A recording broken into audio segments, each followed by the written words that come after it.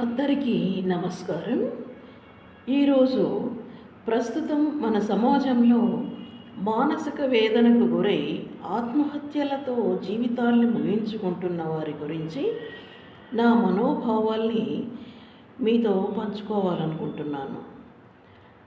ప్రేమ విఫలమై ప్రేమికులిద్దరూ రైలు పట్టాలపై ఆత్మహత్య. అమ్మాయి తన ప్రేమను అంగీకరించలేదని వ్యధతో పురుగుమందు తాగిన యువకుడు.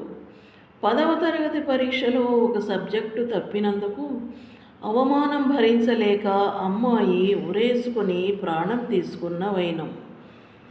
ఉద్యోగ వేటలో విసిగిపోయి ప్రేమ పెళ్ళి విఫలమై తండ్రి మందలించాడని, ఇలా రకరకాల కారణాలతో నిండు జీవితాల్ని అర్థాంతరంగా ముగించేసుకుంటున్న యువత గురించి ప్రతిరోజు వార్తాపత్రికల్లో చదువుతున్నాం, టీవీల్లో చూస్తూ ఉన్నాం. గర్భస్థ శిశువుగా ఉన్న నాటి నుండి మొదలైన తల్లి కలలు ఆ బిడ్డ తన ఒడి చేరిన క్షణం నుండి అలా అలా కొనసాగుతూనే ఉంటాయి. బిడ్డ బాల్యం, అల్లరి, వారి చదువు సంధ్యలు, క్రమక్రమంగా వారు ఎదిగే తీరు, వారి ముద్దు మురిపాలు,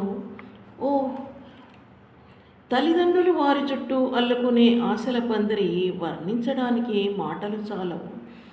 మరీ ముఖ్యంగా ఈ రోజుల్లో అలా నిర్మితమవుతున్న వారి స్వప్న సౌధం వారి కనుల ముందు సాక్షాత్కరించే తరుణం ఆసన్నమవుతున్న క్షణాల్లో ఒక్కసారిగా భయంకరమైన కుదుపు. వారి కలల పంట, ఆశాజ్యోతి, కొడుకు కానివ్వండి, కూతురు కానివ్వండి, కళ్ళ ముందు హఠాత్తుగా నిర్జీవమై ఓ శవంగా వారి ముందు పడి గుండెల్ని పిండి వేస్తే ఆ కోలుకోలేని దెబ్బ నుండి తేరుకోవడం జన్మలో వారి తరమా? కొన్ని సందర్భాల్లో సమస్య తీవ్రమైనదే కావచ్చు, కానీ అది తాత్కాలికమేనని గ్రహించలేని విజ్ఞత వారిలో లోపించడం ఇక్కడ గమనించాల్సిన విషయం.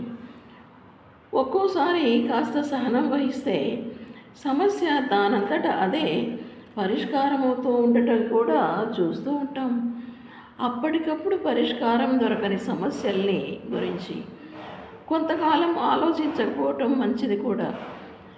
కాలం అన్ని గాయాల్ని, ఇంకా చెప్పాలంటే ఎలాంటి గాయాలైనా మానేలా చేస్తుందంటారు కదా. అలాగే ఈరోజు భయంకరంగా తోచిన గడ్డు సమస్య కొద్ది రోజుల వ్యవధిలోనే దూది పింజలా తేలిపోవచ్చు. ఆ మాత్రం దానికి భగవంతుడిచ్చిన అపురూపమైన ఈ బ్రతుకుని తాత్కాలిక సమస్య కోసమై శాశ్వతంగా ముగింపజేయడం సమంజసమా? పరీక్ష ఫెయిల్ అయితే మళ్ళీ రాసి పాస్ అవ్వచ్చు. ఉద్యోగం ప్రయత్నం మీద ఏదో ఒక రోజు రాకపోదు. ఒకవేళ రాకపోయినా బ్రతికి తీరాలి అనుకుంటే బ్రతుకు తెరువుకు బోలెడు మార్గాలు. ప్రేమ విఫలమైతే అదే జీవితమా చెప్పండి? తల్లిదండ్రులతో 25 ఏళ్ళు పెనవేసుకున్న బంధం ముందు కొద్ది రోజుల ప్రేమ బంధం విలువ ఎంత? మీ మీదే అన్ని ఆశలు పెట్టుకున్న ఆ అమాయక ప్రాణుల గురించి క్షణమైనా ఆలోచించాల్సిన అవసరం మీకు లేదా? చావడం పిరికితనం కాదు, ఎంతో ధైర్యం కావాలంటూ ఉంటారు. సరే, ఆ ధైర్యం ఏదో బ్రతకడానికే తెచ్చుకోండి. ఏమైనా ఒక్క విషయం ఈ బలహీన మనస్కులంతా గుర్తుంచుకోవాలి. చచ్చి సాధించేదేమీ లేదు, బ్రతికే సాధించుకోవాలన్న నగ్న సత్యం. జీవితం కాస్త ముగిసిపోయాక ఇక చేసేదేముంది? తల్లిదండ్రులకు జీవితకాలం వేదన తప్ప. చావాలన్న ఆలోచన తీవ్రతరమైనప్పుడు ఒక్క క్షణం, ఒకే ఒక్క క్షణం ఆగండి, ఆలోచించండి. గతంలో మీరు సాధించిన చిన్న చిన్న విజయాలు, పొందిన ప్రశంసలు, మీ ఆశలు ఆశయాలు మననం చేసుకోండి. మీపై మీకు నమ్మకం కలగకపోదు. అంతకు మించి మిమ్ములగన్న అమ్మా నాన్నల గురించి మీరు లేకుండా పోయాక వారి పరిస్థితి ఏమిటి? ఒక్కసారి మీ నిర్జీవ దేహంపై పడి గుండెల విసేలా వారు రోధిస్తున్న దృశ్యం ఊహించుకోండి చాలు. ఎన్నటికీ మరెప్పటికీ ఆ తలంపే మీ ఊహల్లోకి రాదు.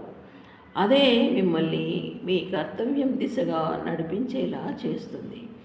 బాలబాలికలు, యువతీ యువకులే కాదు, వయసుతో నిమిత్తం లేకుండా ఈ దుశ్చర్యకు పాల్పడుతున్న ప్రతి వారు బ్రతుకుపై తీపిని, రేపటిపై ఆశను పెంచుకుంటే సమస్యల్ని తేలిగ్గా అధిగమించే మానసిక స్థైర్యం వచ్చి తీరుతుంది. అందుకే అందుకే మరి కాస్త ఆగండి, ఒక్క క్షణం ఆలోచించండి. ఏమంటారు? ఈ వీడియో మీకు నచ్చినట్లయితే సబ్స్క్రైబ్ చేయమని కోరుకుంటున్నాను. ధన్యవాదాలండి. మళ్ళీ కలుద్దాం.